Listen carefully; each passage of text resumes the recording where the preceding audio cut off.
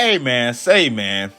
This is the A-Man Show, back at it again for more content. So today's video, I'm going to tell you why Kawhi Leonard should won MVP in 2017. So the way I'm going to explain this video is discussing the overlooked MVP caliber season Kawhi had, whilst deciphering why Russell Westbrook's MVP season was overrated. And I know Russell Westbrook averaged a triple-double by averaging 32 points, 11 rebounds, and 10 assists, but the way he averaged a triple-double is very suspect if you're telling me. Kawhi Leonard has stronger MVP conversations than Russ, and I feel like he was robbed with MVP. Nah, scratch that. He was robbed of MVP, and I'm gonna show you why.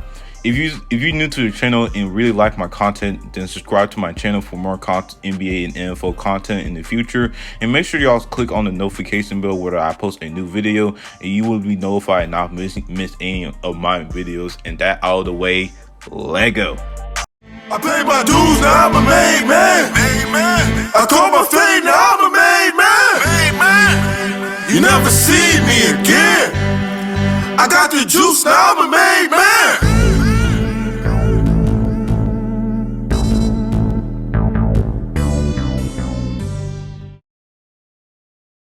We all know how great Kawhi Leonard is.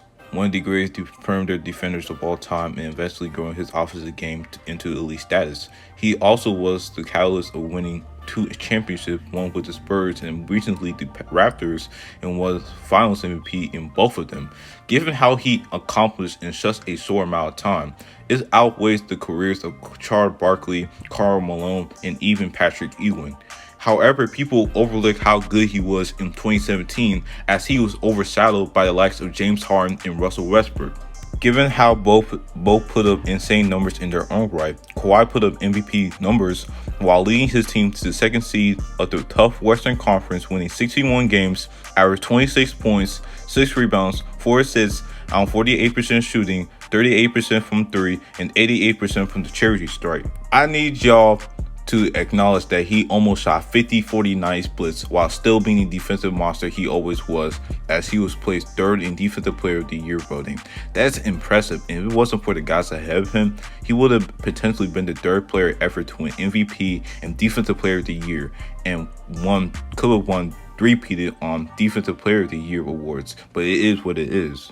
Eventually, Kawhi's playoff run absolutely outweighs both Harden and Westbrook, but then again, the most valuable player award is a regular season award. It is given to the player who was the clear-cut best player with the best record, and the Spurs did not have the best record while because KD and the Warriors ruined the season for all of us snake ass. Anyways, Kawhi was the best player on that team, and I think we need to set the standard for how we view the MVP award. It is for the player who is the clear-cut best player on the team with the most wins, and obviously you need to put up insane numbers, which Kawhi numbers are insane, averaging 26 points on nearly 50-40-90. It's only done by a handful of players in NBA history, but the difference is Kawhi led the Spurs to more wins with a larger impact on both the offensive end and the defensive end than Harden and Westbrook. He had a 61% true shooting percentage, which is much better compared to Westbrook, who won MVP. That year, he led the Thunder to a playoff berth, and if he was on the bench, they were a lottery team. And I hope y'all know that how that Thunder roster wasn't really that great. And like I said before, he averaged a triple-double while in the time it was never been done after Oscar Robertson averaged it in the 1962 season. But let's be honest, he was a stat pattern, especially passes and rebounds. There were times where Steven Adams led the ball for Russell Westbrook, which is fine given how they want to initiate the fast break, but he's leaving players open to make threes, and if they don't make them, it will be longer rebounds at which the perimeter player can grab them more often, thus creating more possessions. And Westbrook let that happen multiple times, or the time where he forced the passes in order to get a triple-double. There were multiple times where Russell Westbrook literally shot his team out of the game, where he takes 40 shots to get 50 points, which is ridiculous. I mean, to shoot 40 attempts to score 50 points, force passes, and leaving players open to grab the rebound shows that he's a stat pattern, and he shot 42% from the field, which is below league average. If Westbrook won MVP, then Kobe should have won MVP in 2006, as he averaged up an absurd 35 points, along with 5 rebounds and 4 assists, while carrying a bunch of bums like Kwame Brown, Smush Parker, and themselves to the playoffs with the same record. And keep in mind, Kobe's roster was worse than Westbrook's, and still managed to have the same record in a tougher Western Conference. But Russell Westbrook averaged a triple-double with a better roster than Kobe's. Besides the Warriors and Spurs, you got the Blazers, who was not that great, along with the Clippers being one of the most disappointing teams in the NBA, and along with the Utah Jazz, who are not that great of a team. And he only got into 47 wins, and he's the MVP. His MVP season is not even the same level as Derrick Rose, Kevin Durant, and definitely not Steph Curry. Y'all been too caught up with how many triple-double records he set rather than his stats actually equated to wins. Because sure, he led into 47 games, but the Thunder should have won more games if Westbrook was more efficient and focused on winning the game rather than a triple-double. And looking at the advanced stats, both offensive ratings are relatively the same, but Kawhi had better stats than Westbrook, as he's immensely more efficient, as he has a higher true shooting percentage with a lower usage rating, and is one of the most clutch players in the league, whereas Russell Westbrook will find a way to lose the game. Personally, I'd rather have role players like a Jeff Teague type player in the clutch than him. And then we get Harden. How Harden has been a better case to win MVP than Russ because he had a better team while averaging 29 points, 8 rebounds, which is MVP caliber stats, while playing at the 2, while leading the league in assists with 11 per game. However, being in D'Antoni's system, his stats are inflated as the main focal point of the offense. And although he averaged 8 rebounds and 11 assists, there are times where he stat pad. Just because you averaged 11 assists did not mean that you're the best passer in the league or even the best playmaker. Curry is a much better playmaker, even though he doesn't have as much assists as Harden. His playmaking creates more space for Clay, KD, and Draymond, all of them guys, to operate, and even LeBron, he will be mentioned later on in the video. LeBron, excluding this year, never averaged more than 9 assists in his entire career. And we all know that LeBron is miles ahead of a playmaker and just passing the ball than Harden. So that's why I don't think that he was that great of a passer, because he is part of D'Antoni's offense that involves on him, because before he had D'Antoni, he had Kevin McHale, and his offense focused on ball movement, and he was more of an off-ball player than with D'Antoni as a head coach.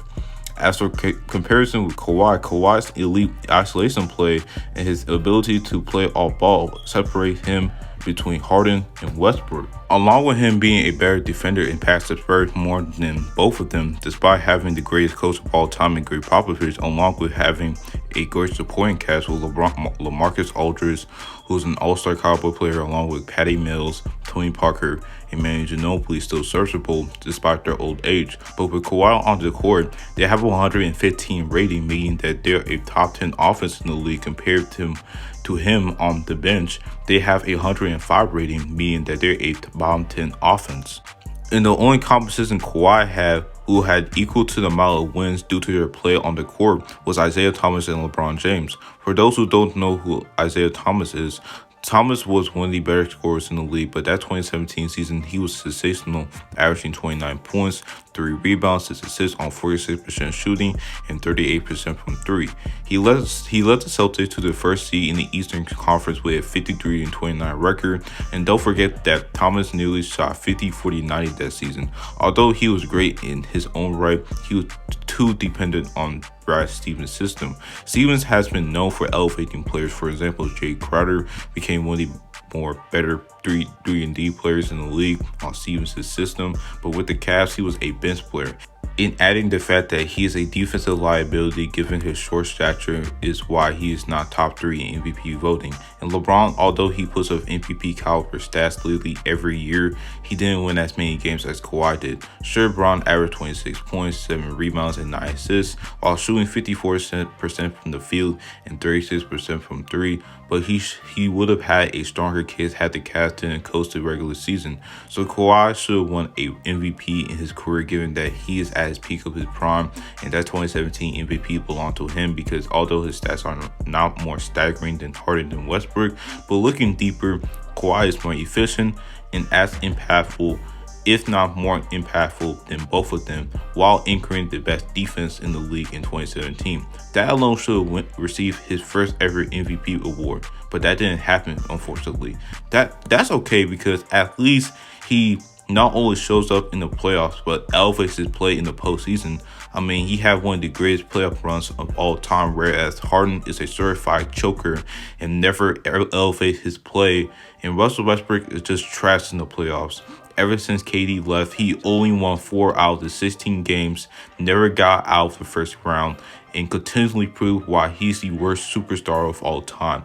And that's all. Thank you for watching my video. If you are new to the channel and really like my content, and click on the subscribe button for more NBA and NFL content in the future, and also click on the notification bell where I post a new video, and you will be notified and not miss any of my content. And that always, guys, this is the A-Man Show, signing out.